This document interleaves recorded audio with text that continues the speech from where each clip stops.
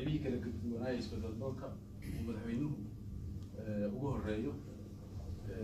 dhammaanteedna dulmidiidu baynu wadahay dulmi baan diidanayn cadaalad baan diidanayn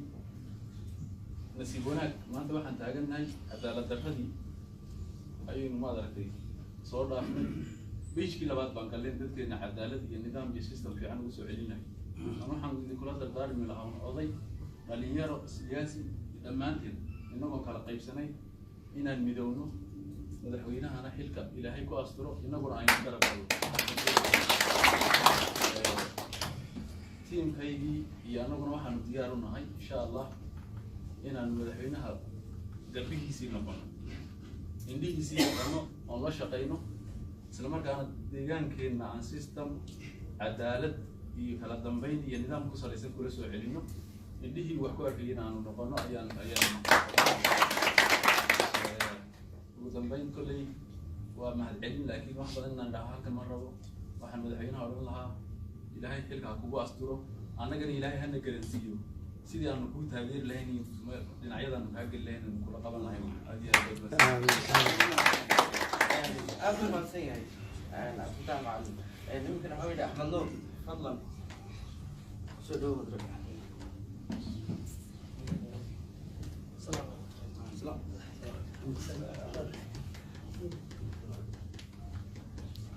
السلام عليكم ورحمة الله وبركاته.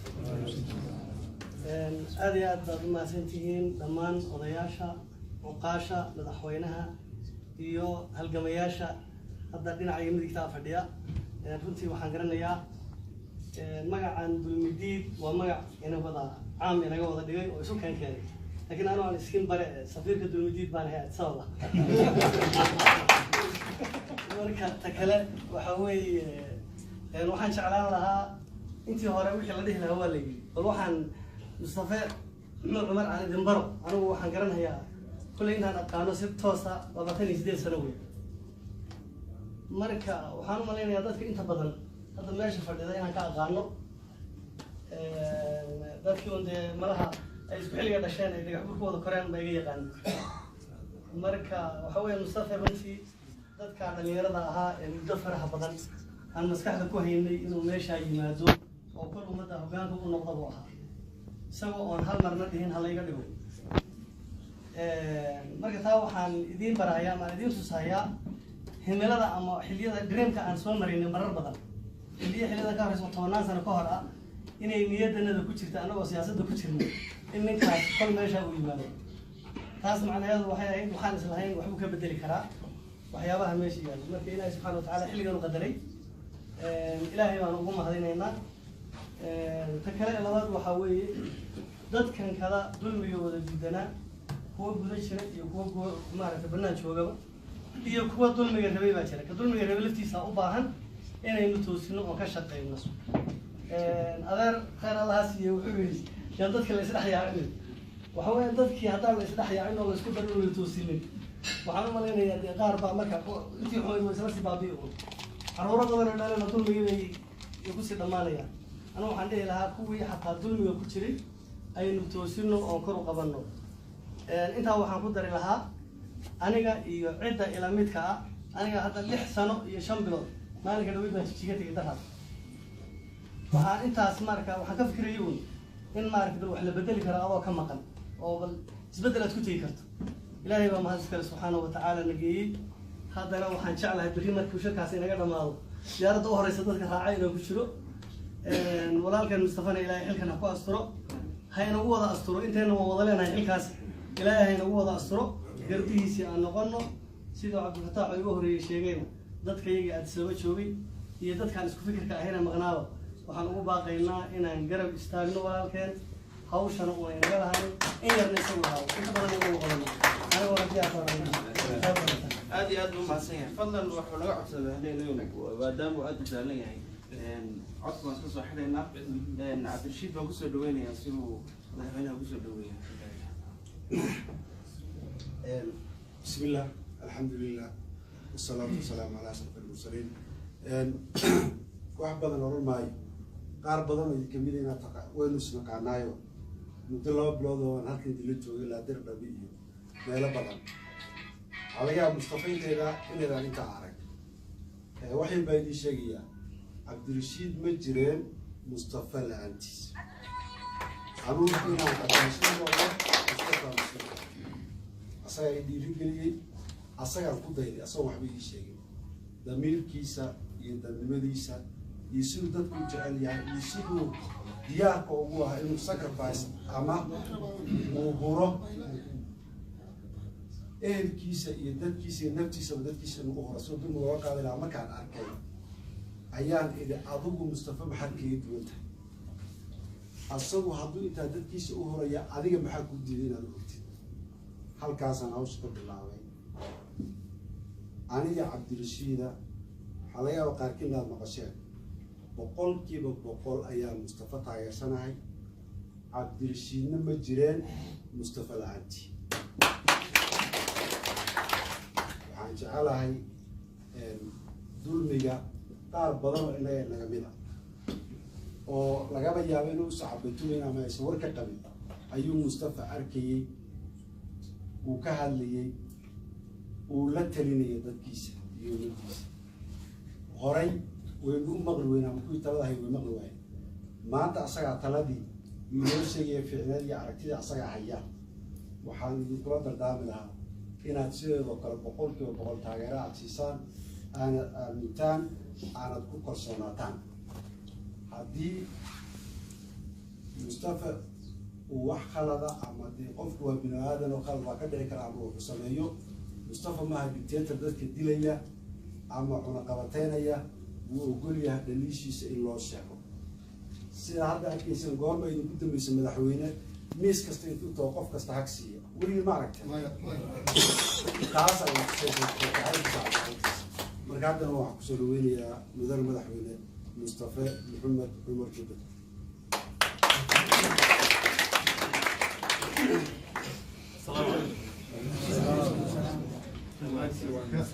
dhammaantii waan salaamayaa odayaasha aqoonyahanka damiirka iyo maaragtay dadnimada guujiyey xilliga arkaa ayna soo maray oo carabka isugu yimid aad ugu faraxsan dhammaantiin inaan meesha isku aragno cidna ma idaan favor ugu samayn inaad maaragtay hawsha qabataan waajib diiniya iyo waajib wadaninimo iyo mid insaannimo oo ay ahayd weye inaad diidaan dulmiga meesha ka jiray iyo wixii jiray dulmiga gobolka ka jirayna ma ahayn mid runtii la bilowday dadka hadda ka cabanayo naga horreeyey oo aynan runtii mudnayn inaan aada ugu sii mashquulo laakiin wuxuu ahaa dulmi soo socday muddo aada u dheer oo qarniye ah laga bilaabo 1954 maray xilligii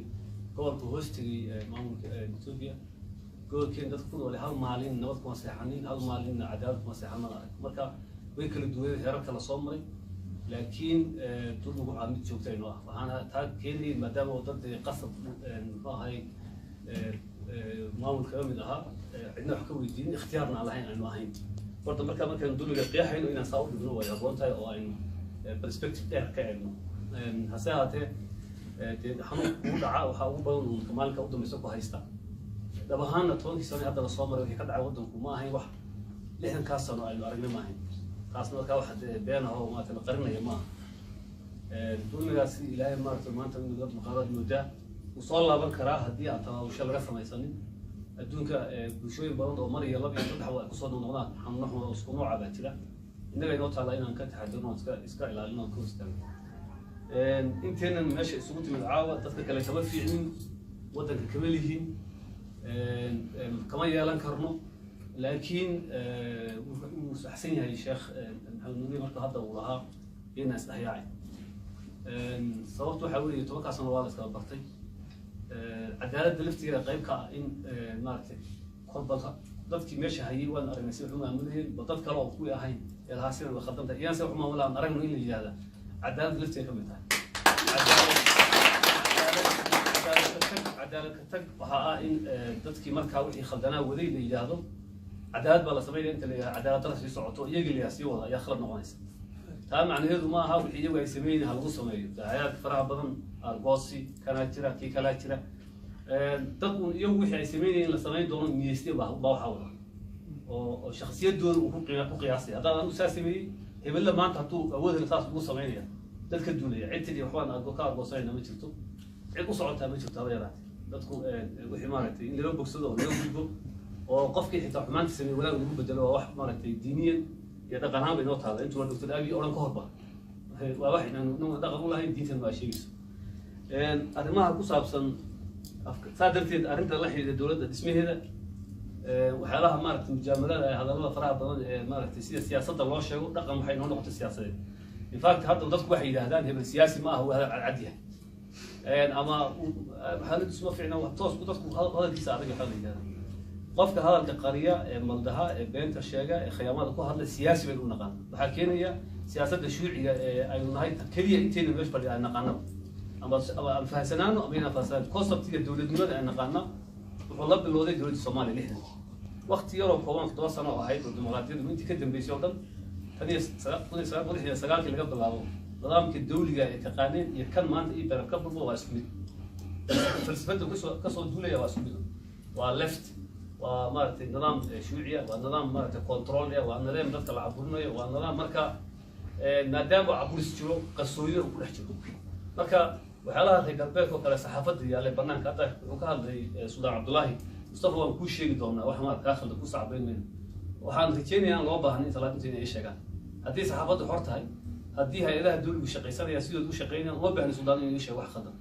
برنامج يقول لي تي في قال ليش يجي هبي الكورن حالها كسر العقل قال حظي ترى هذه اللي هي قبيلة عملوا شقاليسي واحد يقدم تص برنامج وطالع وهي هذول لو طالع قال لي حرب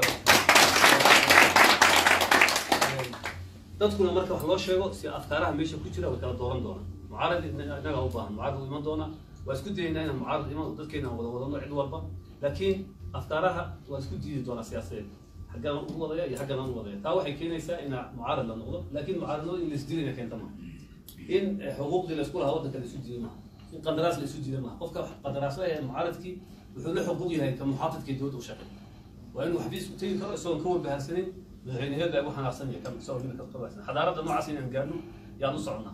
إذا مريكان إنجليزي هذا كويسين إنه ما هو مثل مال لا تأكلنا بقولي لا تأكل متتحلوين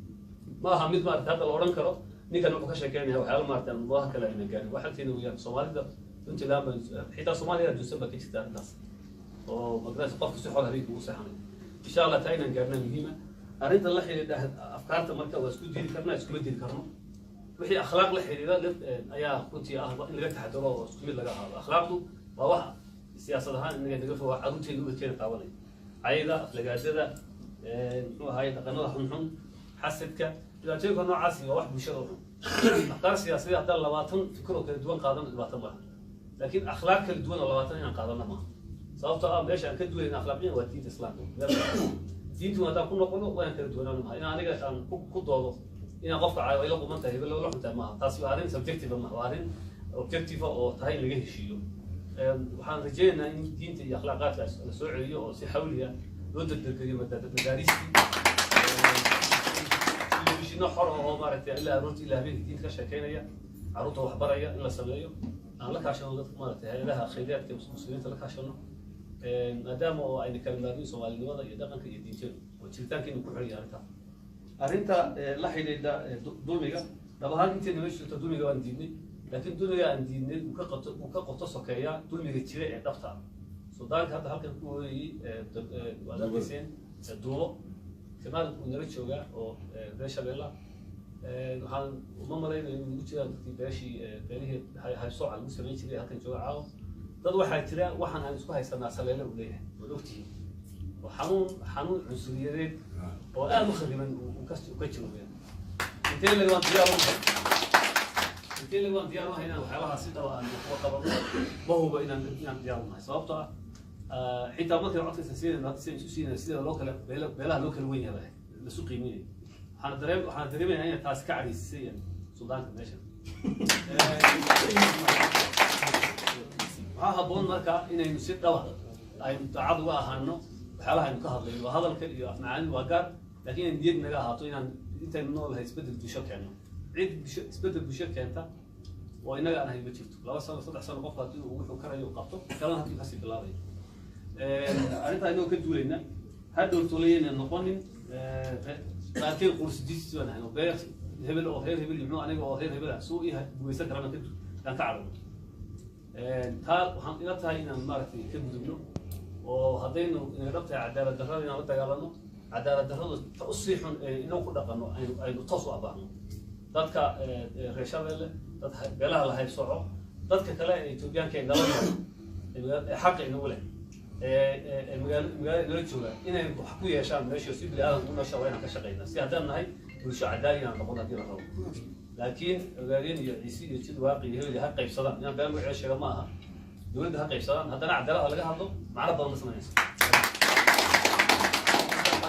aswaayay dab inaga noqotaa cid beel iyo dad gaar col leeyahay ma jirto laakiin nidaamka hadda jiray iyo qaabkii wax loo qaybsanayay iyo structural injustice jiray ee historicalka soo socday taariikhi ah haddii la damcay wax laga qabto dad danahooda ku waayaya jira dadkaas way dhawaaqayaan way cadhoonayaan waa dad organized xoog bay leeyihiin way dagaalamayaan buuq bay abuurayaan muxuu ahaa annagu xilka dhawaanaan runtii inaan anigu iska sheekeeyo hadda anigu idaama rabo oo cult personality iyo wax shakhsi ka sheekeyn aan galo laakiin hadday 6 bilood kaga tegay inuu ma hayso haddaan 3 bilood kaga tegay inuu ma hayso waxaa muhiim ah wixii ama ka sax inaan qabto inta aan joogo kadibna waa shaqo boqortooyo ma aha hadda maamulka hadda jiray boqortooyo ah madaxtooyo ma ahayn waxaan waa madaxweynaha noqon rabaa inaan boqor noqon maqan oo shaqo kooban baan leeyahay madaxweynuhu shaqo leeyahay agaasimuhu shaqo leeyahay wasiirku shaqo leeyahay inaan boqor noqdo oo ganacsigii iyo madaxtinimadii iyo askartii iyo wuxuu kulli wada kontrol macna taas aniga xanuun soo jeedinaysa daan tumaysa gabahan arrimahaas ay ugu dhaliyay inaan maaragtay u soo tartamo qooskan oo yiraahdo wax ka qaban kartaa inaan dadka ku ciidiyo inaan maaragtay meel jacaysi iyo kursi u soo raadin ma ahayn inkastoo siyaasi kasta u saayida marka dawlad si kala u dhaqmo arrinta ugu muhiimsan waxa weeye inuu karisnay dhinaca dhismaha dawladda oo kale waan tixgelinaynaa halkii la soo galay dadka soo galay dhabahaan waa inaan tixgelinaa dadkaas oo halgamay dhammaantood isku afkaar maynan ahayn siyaabo kala duwan bay u halgamayeen qaar baa anagoo kala ah banaanka dhawaaqay qaar baa maxaabiis ahaa oo bannaan baan gaadinay la garaacayo xabsi ku jiray qaar baa waddanka joogay oo systemkii jiray ku dhex dagaalamayay isku wada afkaar inay ahayn baa laga yaabaa isku afkaar inaan noqono kulliyan qasab maaha laakiin waxaan qabaa hadda waxaa loo baahan yahay sidii dawlad wadaag oo kala cid guulaysatay oo keligeed ma jirto mustafa ma guulaysan kuwa kale ma guulaysan dawlad sidii wadaag oo kale oo dad kala afkaara inaan soo ururno oo dhisna weeyaan deedna meesha isku dhex barta haddii kala afkaar yihiin marka waxaa laga yaabaa shaqo socodkeeda inay yar adkaato oo dadku ay ku doodaan ajendayaasha lasoo dhigayo laakiin waa arrin fiican taas inaan dictator noqon bay kaa caawinaysaa oo meeshii dad kula murmi karo wax kaa qaban kara ay joogaan ayaa soo urursanin dad marka adiga kuu sacabtumo oo waxa aad rabto kuu sameeyo marka dhawahaan arrimahaasi waa sidaan inaan wajahno caqabadaha naga hor iman doonaa waa isoo bandhigi doonaa inaad idinku nala xalisaan baa yaa muhiima dhinaca dhaqaalaha dhinaca maaragtay dowladnimada dhinaca walba inaan dadkii ay dhibaata ka soo gaadhay 10 sano u dambeeya aan hormood ka dhigno cadaaladda ka mid tahay oo meesha soo gaadhay ama la sinaado ta kale rabay inaan ka hadlo dad iga kalluumin waan markii dhawaato waan noodgaraysanayay marka iga raalli ahda haddaan ka boodo prioritiska ama waxyaalaha ahmiyadda aan saarayno kow inaan maaragtay midnimada Soomaaliyeed ka shaqeyno yaa u horeysa oo dhexdeena midnimada ka shaqeyno midnimada waxa laga shaqeyn karaa in cadaalad laga shaqeeyo cadaalad waxa laga shaqeyn karaa in waxyaalaha khaldan ee dulmiga si toos ah lagu afiro dad baa oran doona waa degdegaya degdeg baa ku jira fudayd baa ku jira niba baxantiisa og yahay laakiin dhab ahaan degdeg iyo fudayd waxaan u naqaanaa marka qaarkood waa markaan difaacayno fikrada dib socodka marka meel la fadhiya rabta in hore loo dhaqaaqo marka qofkii dhaqaaqa waxa doonaysa oo fudayd yahay waaye taa marka aan yeelino arrinta gobolkeena inkastoo hadda halkan laga balaariyaa in ugu waa unahay dhibaatooyinka jira taariikhda soo socday gobolkan soddon iyo saddex qabiil ama in ka badan oo Soomaaliyeed baa wada degan cid gaar u leh ama sheego karta ma jirto astaanta sidii xabashidu halkan waagi aan joognay ama oran jiray ama araba Ethiopia wajigeed noqda gobolkan inuu reer wajigiis noqdo aan u diyaariyay saxna ma waxaan u baahanahay qabaayilka meesha degan ay ka muuqdaan cadaalad dartaasi maaha cidna dhibaato laguma geysanayo marka nasiib wanaagna dadka aan marka oo arko in marka duubaad u yahay anigaba ka mid ah marka oo hadda cid oran mayso reerkiina dhacay laakiin waxaa muhiim ah inaan cadaalad ka shaqeyno qofka Soomaaliga aan kala fadilin kana reer hebel kana waxay aan oran si xadaarada aan u dhaqmo 5 sano hadda Mareykanka tagto ama South Africa tagto muwaadin baad noqonaysaa xuquuq iyo xaq iyo green card baan la soo rufaanay ku imanaya halkii dadku ku wada doolay intaas oo kuna sanadoodna waadu laandeer ma sheeganaysa waxaad leedahay kan macnaha ugu soo horeeyay meeshan ama anaa ugu xoog badan waxa ku malaadaysa وأنا مالية اللي اللي قالوا هاي جاتسون ضد ضد يعني هذا على المشي أول بلي ولا أيوة مسكينية وحين نقدر عسان إن سيد اللوك الحوق بديهاي أما اللوك القديم وحلوك القانوني ها هردنا نقول نافع عن تاسو كده هذانا majority conceptiga iyo dimuqraadiyadda iyo talooyinka dadka in lagu saleeyo qaybsigu waa muhiim hase ahaatee in laga tago maaha meeridka iyo maarka dadka qof fiican oo wanaagsan oo Soomaaliya oo aan ahayn dadka markaa waa badan ahay la hadii la helo meesha ku haboon inuu tago weeyaan in la yiraahdo maaha tarwaaqeed hebel hadii waxa nagu yiraahdo maalin dawladda waxa ka dhacay magaalada Jijjiga oo soo socotaan inkastoo soo inagu aan isdireynay isdilkeeni markii soo gaaray dadkii kale inala noolaa Soomaaliya maaraha noqoto ama Urbaha noqoto ama tidaha mid kasta tano arrintaas arrin farxuma weeyo runtii oo aad iyo aad waxaan xasuustaa arrintaas waa arrin aad iyo aad farxuma oo runtii ceeb inagu ah marka South Africa halka Soomaaliya lagu jiro social media eega xawayaanka South Africa dadkii laay Soomaaliya la leeynaya waxaan laba yiraahdo maxay ka doontay Soomaaliya South Africa magaca loo bixiyaa xenophobia inagu xenophobic society ma noqon dadkii naloo lahaa ee wadanka naloo lahaa in literally baan leeynayna markan xanaaq markaasa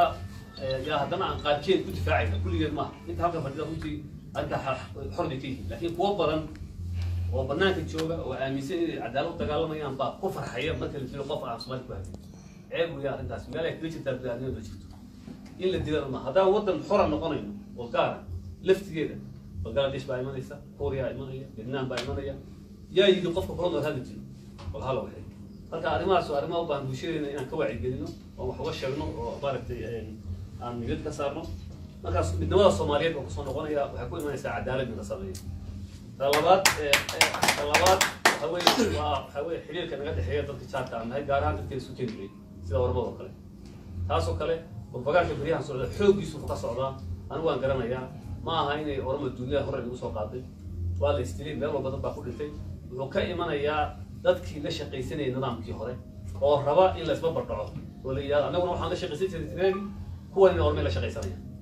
marka in bardhac la noqdo arko anagu ormo hadaan la shaqaysan hadaan la shaqaysan wili ma nacin jirin ilaa hadda wax noo xiran ma jiro waa la arki doonaa marka sanad kadib haddii aan wixii kuwii la shaqaysanayay tiraabi ay sameeyaan bardhac baan noqonaynaa laakiin in la isku ceebeeyo qolo dawlad oo meesha joogto la shaqaysanaya la yiraahdo ama in uu shaqeeyo raba ceeb weeyaan kama yeelayno in la isba bardhaco oo raggii shalay tudeera tanka soo nidaamka khaldan intay dadka horgooda dadka leeynay maanta cidda cusub ay ugu handadaan ay yiraahdaan aduguna waxaad u shaqaysaa hiba ma shaqeyno cidna ormo ma shaqeyno cid kale ma shaqeyno nidaam Soomaaliyeed baan inaan u shaqeyno rabnaa propagandooyinka noocaas ay naga fogaado dadka abuurayaan waa xoogay runtii aan wada garanayna cidda ay yihiin iyo ujeedada ay ka leeyihiin taas marka tooda u mari mayno ormo ka carab noqon mayno anoo iyaga hal gelin marka ormada khadantana waan iska qabanaynaa marka ayna khadamin oo ay ka khadanahay waan raali gelinaynaa dad walaalo jaarnahay oo diin iyo deegaan iyo dhaqan iyo dhaqaale laga dhaxeeyo iyo taariikh weyn dadka kale ee Itoobiyaanka laftigooda ee wadanka iyaga laftigooda waa dad nolol waa dad aan walaalnahay waa dad insaan waa dad ay muhiim tahay inaynu maaragtay xaqooda iyo xorriyadooda aynu u ogolaano inala noolaano sabab haddaad xor ku joogto adoo Soomaaliya qofka jijiga ku dhashay axmaarka sabab una xaqiisa u helin meesha ma taalo haddii shuruucda qaba shuruucda u diidaya wax beeriyada oo language hadduu jiro waa gaar laakiin inuu isir loogu diido layaa waxa ma noqon karta dowladnimo ma cadaalad ma wax xorriyadda u soconaa taa ma afkaariga noocaas ahaa ee xaq jirka ahaa inaan ka xoroodo waa muhiim runtii qodobka saddexaad waxa weeye markaan labadaas Soomaali arrinta xalino saddexaad waxa weeye sheerka aan ku leenahay dowladda dhexe ee Itoobiya ilaa hadda waxba ma haysano waa la socotaan baarlamaanku inuu aad uga dhiman yahay taladii aan u baahnay inaan helo wasiiradii ugu fulaa kama haysano ciidankii kuma jirno intelligence kuma jirno bangeedii kuma jirno laba wasiiro kale la siyaa laynoo tiriyaa waxba la siiyey waa ogtiin qowmiyada naga yar inta ku haysta xariiska bishaad ku arkayso taa waa inaan bureaucracy dhex galo oo ka shaqaysano oo dhex galo weeyaan waa intii bidix kale taa waxa weeye Soomaaliya